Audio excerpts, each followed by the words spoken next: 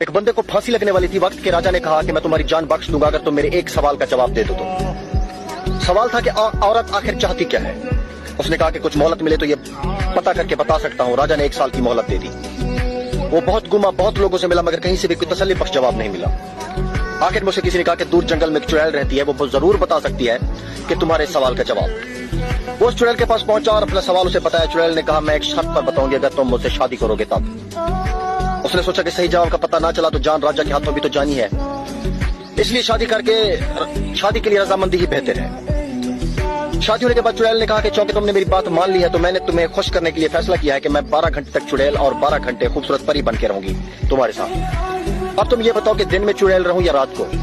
अब उस बेचारे ने सोचा कि अगर ये दिन में चुड़ैल हुई तो दिन नहीं गुजरेगा, और अगर रात में हुई तो रात डर डर कर गुजरेगी। आखिर में उसने कहा कि जब तुम्हारा दिल करे तो परी बन जाना, और जब तुम्हारा दिल करे तो चुड़ैल बन जाना।